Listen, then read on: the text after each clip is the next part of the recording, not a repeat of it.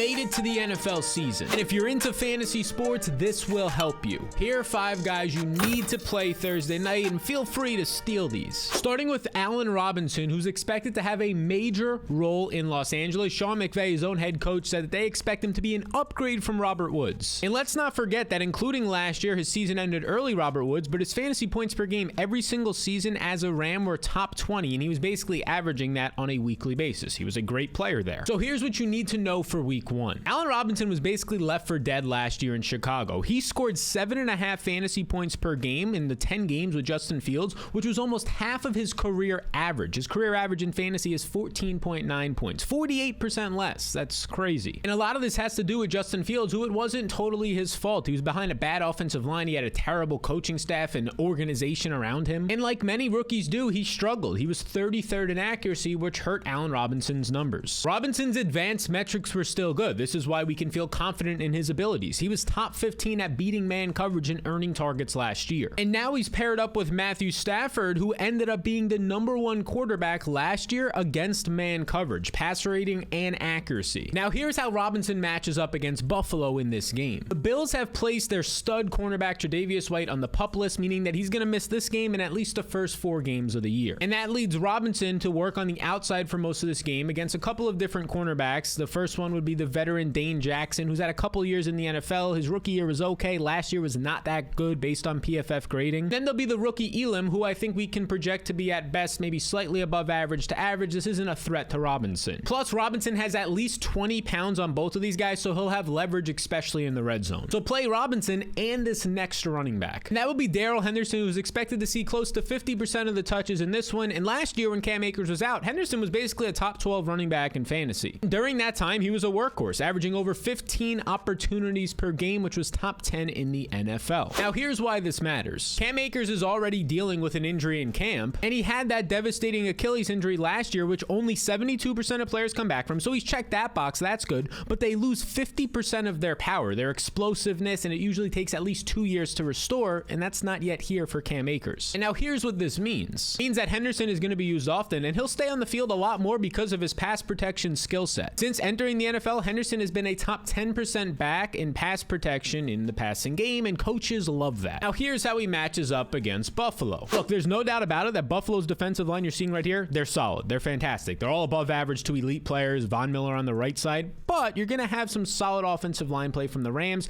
and they'll have success running off of their right tackle and right side of the line. And this number you're seeing right here of 1.35, that's the amount of yards before contact that the Bills allowed to that side of the line last year, which was bottom 10 in the NFL. And not only that, but you should expect Henderson to be used in the passing game as well. He averaged over 3 targets per game when Akers was out last year, but even when Akers has been playing, he averages over 12 routes per game, so around 2 targets per game, which is a nice little bonus, especially if you're playing him as a value play in DFS. So consider rostering Henderson at low ownership for you daily fantasy players, and then get this next guy in your lineups. And this guy has been a hot topic in the season long and best ball streets all summer long, and that's Gabe Davis. And you could expect Davis to see a beneficial matchup in this one because Stephon Diggs, like we've seen in the past when they play the Rams, is likely to see stud cornerback Jalen Ramsey in shadow coverage. So here's what you need to know about Davis. As a rookie, Davis was not great at earning targets. This is typical for a lot of rookie wide receivers. He ranked outside the top 100 in target rates, which means your ability to earn targets. Then he took a massive leap in his second year, ranking above average at earning targets. 22% of the time that he ran a route, he was targeted. This is a solid leap, and usually we see this type of leap out of guys who are starting to become stud receivers. And now veteran Emmanuel Sanders is gone, who Davis was a backup to for most of last year, which makes Davis the clear number 2 option for the Buffalo Bills, who were a top 5 offense last year, and that bad man in Josh Allen. And the Bills not adding any stud receivers in free agency or the draft. Clear Shakir a rookie, but he's not an early round pick. It gives you more confidence that Davis will be that number 2 guy, and then he goes out and he plays 100% of his snaps with the Bills starters in the preseason, so you can feel real confident that he's going to be the dude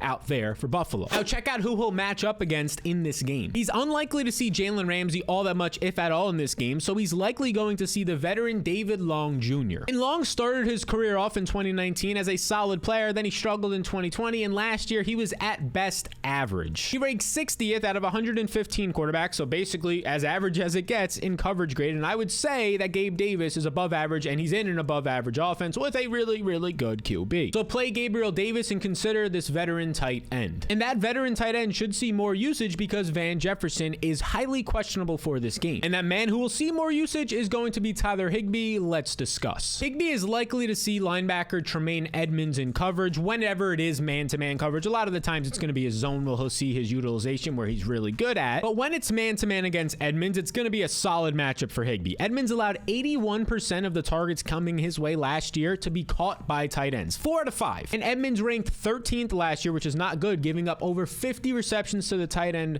in man coverage. And that's factoring in bad tight ends, where Higbee is not a bad tight end. Last year, Higbee ran the 6th most routes in the league, which means he was active, he was used a lot, he was staying healthy, and he was a big part of this offense. And that translates because he led all tight ends, every single one of them, in red zone targets with 20 red zone targets and 14 red zone receptions. That gives you upside, whether you want to bet an anytime touchdown score, you want to play him in DFS. Really, if he scores a touchdown, he's easily paying off this price tag. And now, speaking of some props, some of the players that we talked about, yeah, I'm going to like them in all formats, to start them in season long, to play them in DFS, and for your player props, I took Gabriel Davis over 56.5 receiving yards, and I took the more or less on PrizePicks.com on Allen Robinson 57.5 receiving yards. I have both of these guys over 62 receiving yards, so I feel good about that. If you want to use the code SAL22, not only will you get a deposit match, you put in 100, you get 100 right back. You put in 20, you get 20 right back, so you get 2 times your money. You'll also gain access to my weekly rankings, projections, and game-by-game player notes for every fantasy relevant player, whether you're making bets, playing DFS, or season long. And that weekly material comes with a $20 Amazon gift card. So you get all that. You get a deposit match, a $20 Amazon gift card, and those weekly for every week of the season, projections and rankings and player notes. So all you have to do to take advantage of all these perks is click the link in the description and follow these 2 simple steps, and you could join the thousands of people using that material and playing over on PrizePicks.com. Click the link to learn more. All right, so you want to start Higbee, and then you want to play this sneaky wide receiver, and that would be a man that I've loved drafting later in season-long drafts in best ball, and Isaiah McKenzie. But we must acknowledge that he is dealing with an injury from the final preseason game. He's going to have about 2 weeks or so to heal up, but it's an undisclosed injury that he's dealing with, potentially questionable for this game. Now, if you were to read that article, it seems like their general manager and head coach are expecting him to play, and by the time you're watching this, we likely have more information. If he's in, great. If he's not, take all this information I'm about to say and apply it to veteran slot receiver on the team, Jamison Crowder. So if McKenzie plays, he ended up beating out Jamison Crowder in the preseason. He started in every game. He beat him out in camp, practicing with the first team, and in the last preseason game where they both played, he played 7 snaps, and Crowder played just 2. So he's the starting slot receiver. Now, that being said, McKenzie won't just play the slot. He'll move to the outside where there's a lot of upside. And in this specific game, he'll face veteran slot cornerback Troy Hill from the Rams. And Troy Hill has been a solid cornerback throughout his career. Like, he had a rough patch in 2016, but then he bounced back the last 4 or 5 years or so, and he was pretty dang good until last year, where he was just average, and honestly pretty below average, especially when you compare it to the rest of his career. Last year in coverage, he ranked 98th out of 115 cornerbacks. The only reason why his overall play was better is that he's good versus the run, but we don't care about versus the run here when Isaiah McKenzie is a wide receiver. What can you do in coverage? One of the worst, a bottom 17 cornerback last year in coverage. Hill allowed 6 or more receptions in 3 of his final 4 games in coverage last year, and now he has to face Isaiah McKenzie and Josh Allen. And not only does Isaiah McKenzie have basically elite speed, 88th percentile, top 12% of all time, but he has elite agility. He's able to get open with ease. And this has been apparent in his last 2 starts in the NFL. In 2020, he had a start, he scored 30.5 fantasy points, and then in 2021, he had a start, he scored 29.4. Those are his last 2 starts. I'll take half of that. Now, here's the thing. You want to prioritize McKenzie, but if he were to miss, you could feel confident in playing Jamison Crowder in DFS or your season-long lineups, because this guy is still good. He was the number 2 wide receiver last year, and not just in his own division or on his own team, in the entire NFL at beating man coverage. He knows how to get open. And now he's going to face a struggling cornerback in Troy Hill with a solid quarterback in Josh Allen throwing him the ball. So these are 5 players you must play on Thursday night. If you want to see 7 guys you should add to your fantasy team before week 1, then check out this beautiful video right here. And make sure you are taking advantage of the limited time offer in the description below.